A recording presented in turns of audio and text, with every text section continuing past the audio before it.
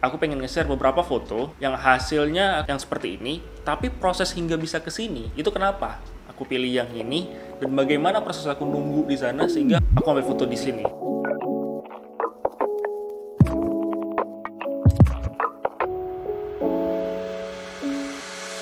Di video kali ini aku pengen nge-share proses berpikir aku ketika melakukan street photography.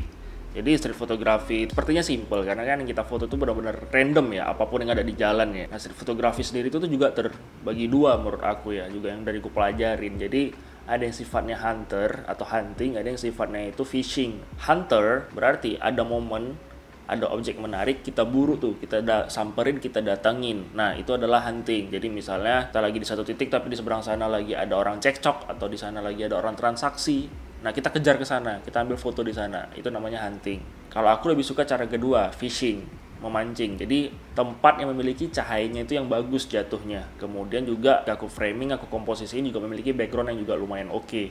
Jadi aku kombinasi antara cahaya dan lokasi.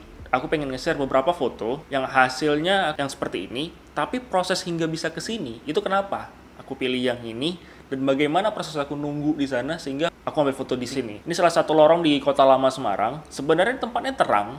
Ini cuma settingan kamera aja yang aku bikin gelap. Lihat di sini, bagian sisi sini itu sebenarnya terang. Cahayanya itu sangat luar biasa. Cuma aku memang settingnya itu menjadi gelap. Kenapa aku ambil 1,8? Karena aku memang tidak ingin semua titiknya itu fokus. Memang sengaja seperti itu. Aku pengen fokus itu di bagian tengah sini. Nah, dibandingkan daerah sini, di sini lebih sedikit lebih blur. Cuma karena memang field of view-nya sangat luas, jadi bokehnya tidak terlalu berasa. Kenapa aku ambil fokus ini? Karena kita di sini ngambil komposisi simetris ya. Di sini ada cahaya. Di sini bagian yang gelapnya, sehingga semua melingkar sini. Nah, ini adalah test shot aku. Sebenarnya bukan ini foto yang pengen aku ambil, tapi momentumnya seperti ini. Yang aku pengen ambil adalah aku sedang menunggu ada orang yang lewat atau melakukan aktivitas daerah sini nih. Posisi sekitar jam 3 sore masih rada sepi nih. Aku nunggu di sana beberapa saat. Kita lihat di sini ada beberapa yang sama fotonya sambil eksperimen settingan. Jadi aku ngambilnya tuh, nah ibaratnya ini aku melihat sisi kiri, aku balik badan ini melihat sisi kanan. Konsepnya sama, cuma nih beda arah, di lorong yang sama.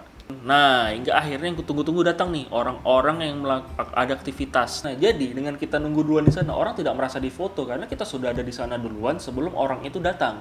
Nah, ini aku sudah mulai suka hasilnya, dimana komposisinya itu sangat enak dilihat. Ada orang di tengah ini malah gelap, di sini ada merah, dan merah ini sangat kontras dengan warna merah di sini, dengan warna putih sini, sehingga masih enak dilihat di mata. Aku ambil foto lagi, nah seperti ini. Ada interaksi, mereka tuh kayak diskusi mau ngambil foto di mana, gaya apa nih, beberapa ibu-ibu ya. Ini mereka sambil lihat HP-nya, hasil fotonya. Nah, sehingga aku ambil foto ini dan ini yang untuk aku edit. Mungkin kalau kalian pernah Semarang, pernah ke Kota Lama pasti tahu Spiegel Bar. Nah, ini gedung Spiegel Bar ya. Oh, ini Spiegel. Nah, ini adalah suatu bar atau cafe atau restoran di Kota Lama Semarang yang dimana sering jadi tempat spot foto-foto di dinding luarnya, Spiegel Bar. Kita di bagian bawahnya di sini nih. Itu hasil fotonya ada yang ini. Inilah tadi Spiegel Bar tadi. Di sini aku nunggu di satu titik melihat ke arah Spiegel Bar, melihat ada orang lewat atau orang yang menarik untuk aku foto. Ini blur, misfocus, it's okay. Aku tidak akan delete yang jelek-jelek, ya apa adanya. Tidak semua foto yang kita dapatkan kita upload bagus itu karena semua kita ambil bagus. Jadi sebenarnya kita itu mendapatkan mungkin puluhan sampai ratusan foto yang kurang bagus atau bahkan jelek ya bisa dibilang. Tapi ya memang itu prosesnya. Ini bukan foto yang aku mau, tapi adanya momennya seperti ini, aku jepretnya ini karena berekspektasi, oh jangan-jangan abis ini bagus nih adegannya, atau mungkin abis ini dia berpose bagus nih, cuma ternyata belum menarik. Seperti ini lagi tidak melihat ke arah kameraku, jadi terlalu ya tidak menarik. Itulah prosesnya. Ini aku masih di titik yang sama, cuma aku memutar arah aja. Ibaratnya tadi aku melihat ke sini, Spiegel Bar tuh misalnya kamera aku, ini adalah sisi kirinya, aku melihat ke sini. Jadi badan aku tetap sama nih posisinya, hanya mengubah angle kamera aja. Ya aku tunggu, habis itu aku ke kanan lagi melihat sepertinya dia menarik karena mereka tertawa sehingga aku coba foto. Ada mas-mas lewat, dia sepertinya nih orang-orang Instagramer yang estetik fotonya. Kenapa aku bilang gitu? Karena dia itu matanya tidak melihat orang tapi melihat gedung. Sepertinya dia juga melihat komposisi foto yang menarik. Kita lihat, aku prediksi dia memang suka foto dari kayak HP. Ternyata emang bener dia lihatnya ke atas. Ternyata emang bener dia ngambil foto, sehingga aku foto dia ketika ngambil foto. Udah seperti itu. Jadi aku memprediksi pergerakan orang dan memprediksi orang ini karakternya seperti apa, mau ngapain, mungkin ada yang menarik bisa aku foto.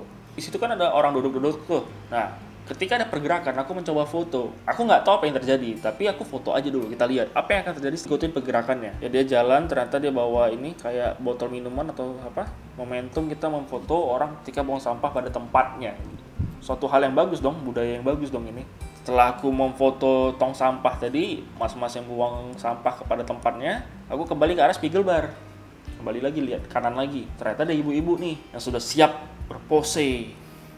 Ya, aku foto, aku tunggu momentum, ternyata kehalang mobil, kehalang ya karena ini memang ada jalan ya di depannya ya. Jadi kehalang, ikutin tracking, foto, fokus, foto di bagian sini, foto sekali lagi, dan ini yang aku suka. Kenapa aku suka di sini? Karena cahaya sangat tepat jatuh ke objek yang aku mau, yaitu ke mas-mas beca ini. Cahayanya di sini sangat terang dengan warna yang sangat kontras, kuning dengan hijau, di mana backgroundnya juga ada hijaunya di sini, dengan putih yang tidak terlalu terang karena di bagian sini adalah bagian shadow. Jadi cahaya mataharinya itu dari sisi sini nih. Itu kenapa shadow? Padahal matahari dari sini karena memang tidak terlihat di frame. Di sini tuh ada pohon, lumayan gede lah, ada pohon dan nah karena dalam shadow dia menjadi lebih dingin.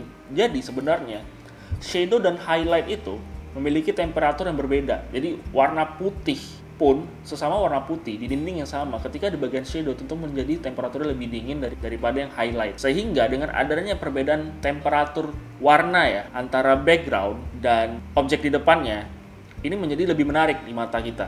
Nah, di sini mbak-mbak yang tadi sibuk foto-foto sebelumnya, sekarang pasti di titik yang aku mau.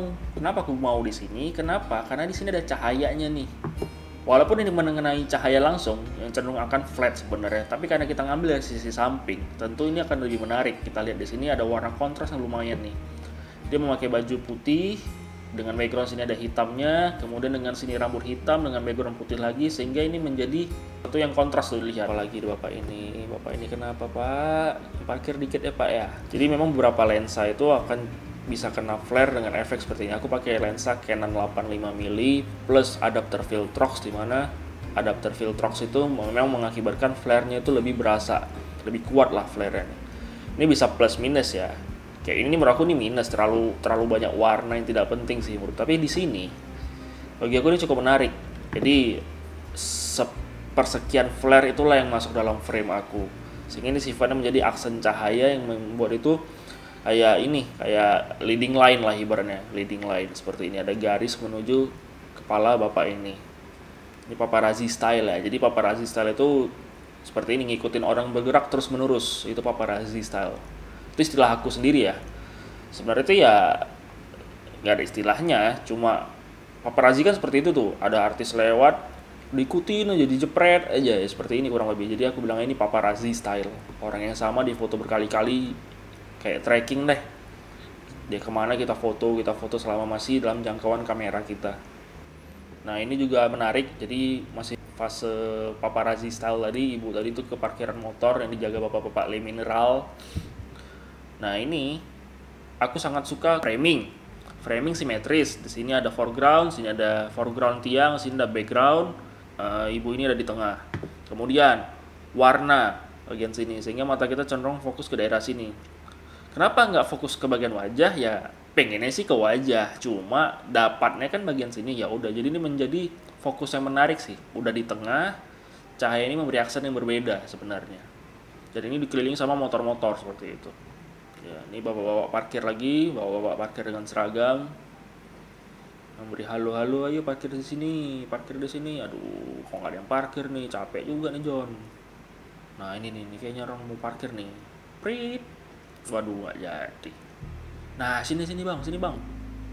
Nah ini juga paparazzi style seperti ini.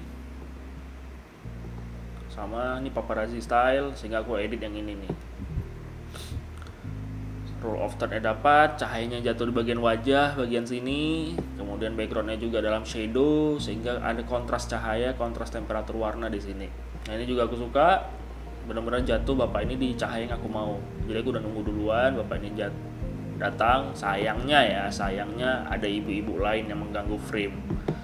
Ya itulah street fotografi, tidak semua ideal seperti yang kita mau kan. Karena memang kondisi lapangan itu tidak pernah ideal seperti yang kita mau. Wah harus framingnya di sini, harus settingannya seperti ini. Ya kita cukup let it flow aja. Kalaupun yang kita mau tidak tercapai, ya udah gitu. Dan kalaupun misal ada pose yang bagus, ada adegan yang bagus, kemudian si orang tersebut keberatan dan minta delete fotonya, mas jangan foto-foto dong. Ya udah, kita hapus aja, toh juga street kan. Kita kehilangan foto yang kita suka juga nggak berpengaruh ke kehidupan kita juga. Pada akhirnya kita cukup terus berkarya, belajar, ada yang kurang menarik, ada yang gagal, ada yang jelek, kita ulangin lagi, kita kembangkan terus, sehingga kita menemukan 1-2 hal yang kita senang untuk kita upload. Sekian, sampai jumpa di sharing selanjutnya.